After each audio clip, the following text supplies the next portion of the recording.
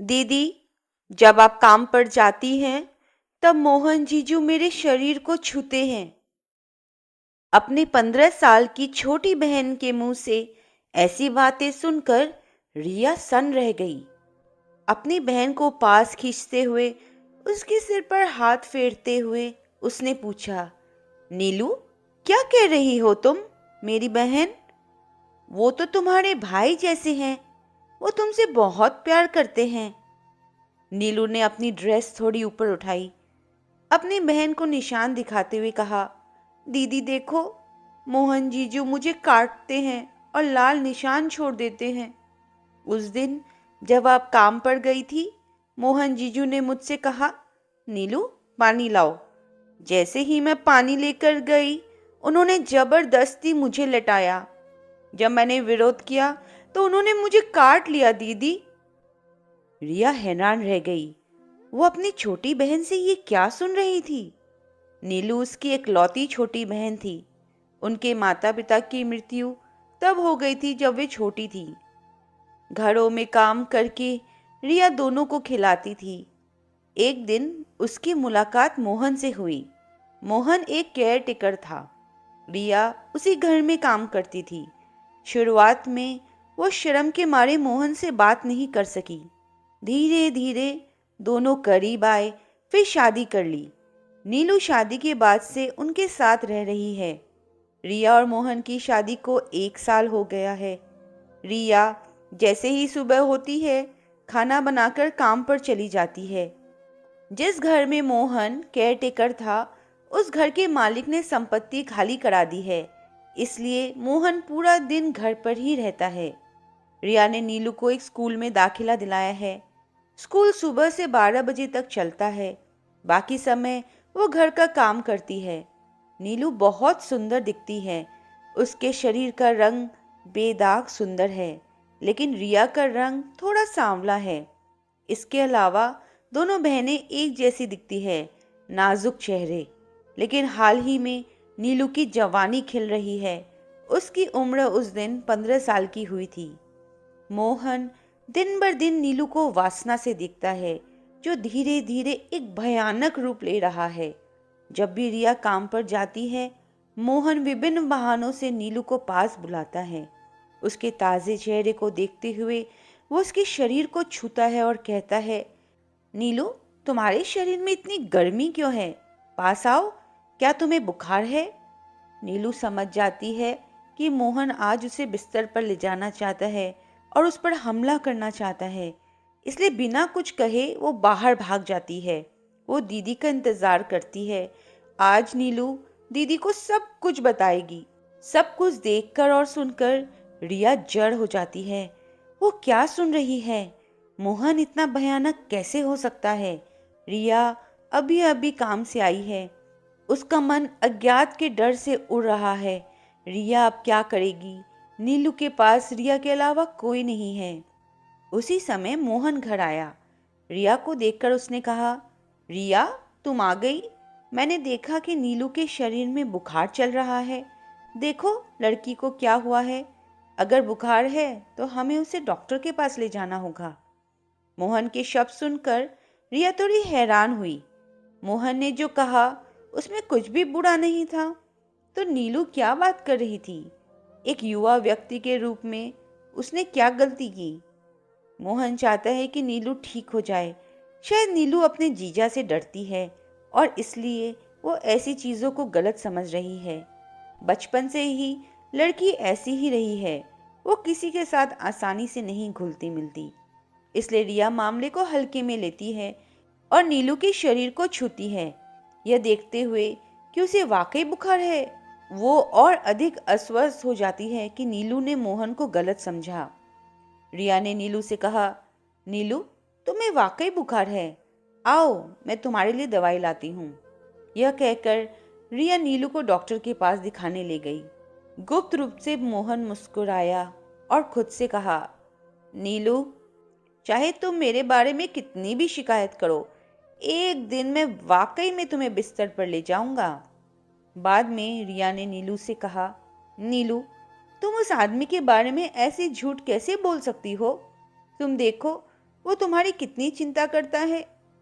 नीलू ने कहा, दीदी कृपा मुझ पर विश्वास करो। जीजाजी मुझे बिस्तर पर बुलाते रहते हैं। जब मैं उनके पास जाती हूँ तो वो मेरे शरीर को छूते हैं। हाँ, मैं समझती हूँ वो तुम्हारे शरीर को क्यों छू रहे हैं। अगर वो तुम्हारे शरीर को नहीं छुएंगे तो कैसे समझेंगे कि तुम्हें बुखार है। वो तुम्हें अच्छी तरह जानते हैं।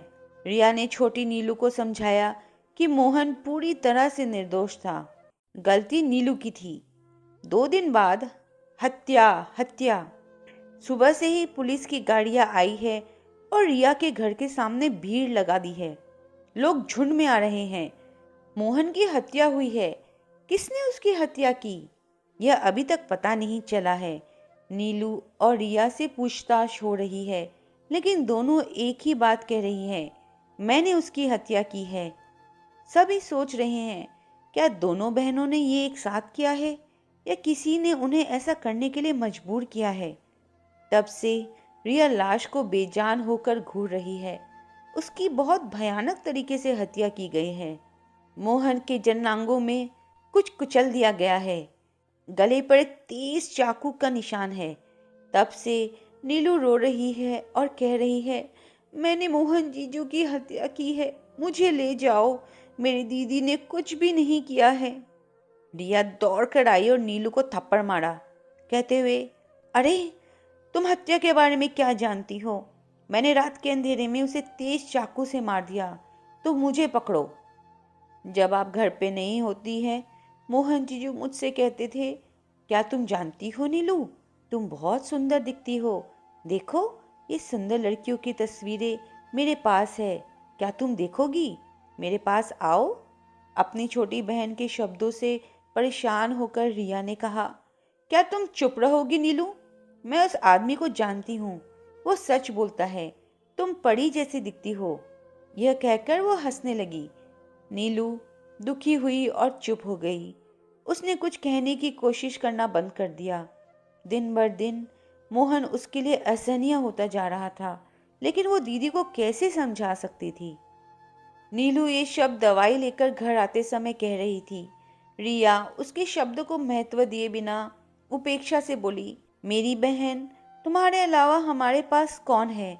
अपने जियाजी को गलत मत समझो। मैं उन्हें समझा दूंगी कि उन्हें तुम्हें अब नहीं बुलाना चाहिए। अब जल्दी चलो, घर पर बहुत काम है।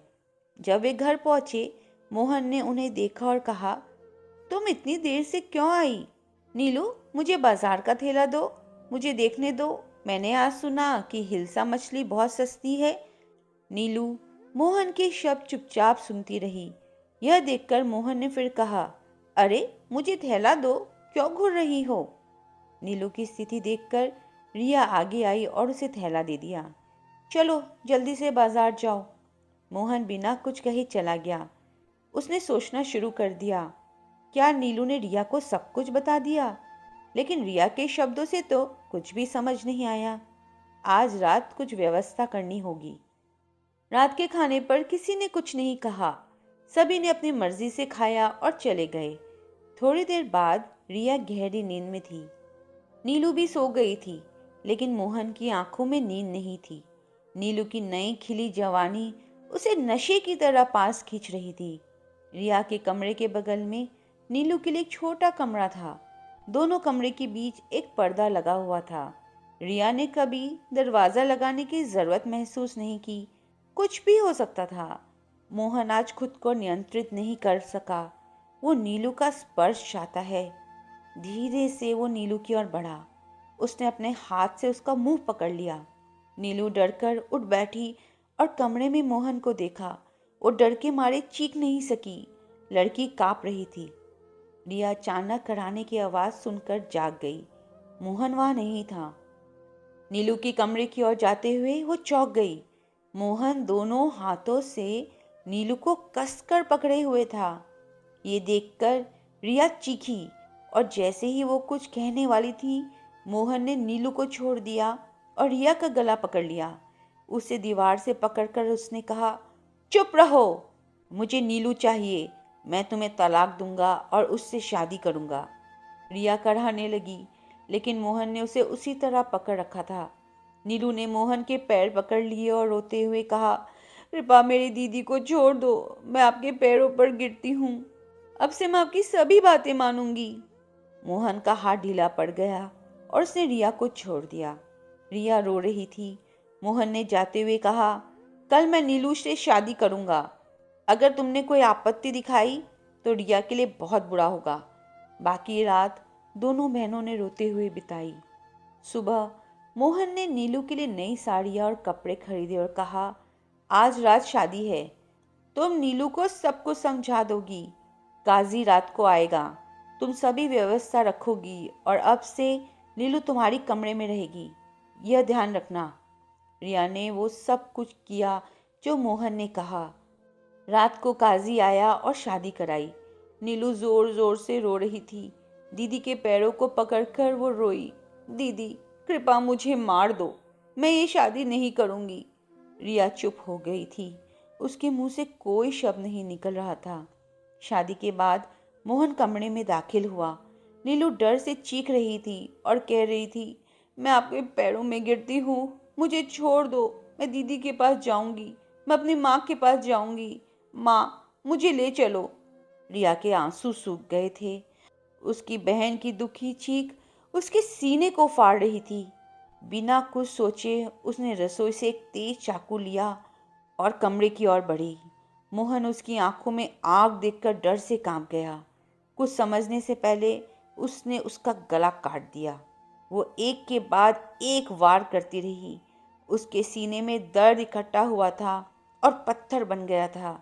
जब शरीर स्थिर हो गया तो रिया चीखी और कहा, नीलू, उसे जीने का कोई अधिकार नहीं है, बेहतर है कि वो मर जाए। नीलू उसके बगल में खड़ी थी, रो रही थी और उसे गले लगा रही थी। दीदी नहीं, मैं शैतान को मार रही हूँ। रिया ने नीलू से कहा, मेरी जिंदगी खत्म हो गई है, तुम अच्छे से जियो बहन, थोड़ी देर में सुबह हो जाएगी, वे मुझे ले जाएंगे, मुझे इसका कोई दुख नहीं है। समाज से एक कीट हटा दिया गया है, मैं बहुत खुश हूँ, बहुत खुश। ये कहकर वो आंसू बहाते हुए रोई। घर के मालिक ने नीलू की जिम्मेदारी अपने कंधों पर ले ली। रिया के कबूलनामे ने साबित कर दिया कि उसने मोहन को मारा।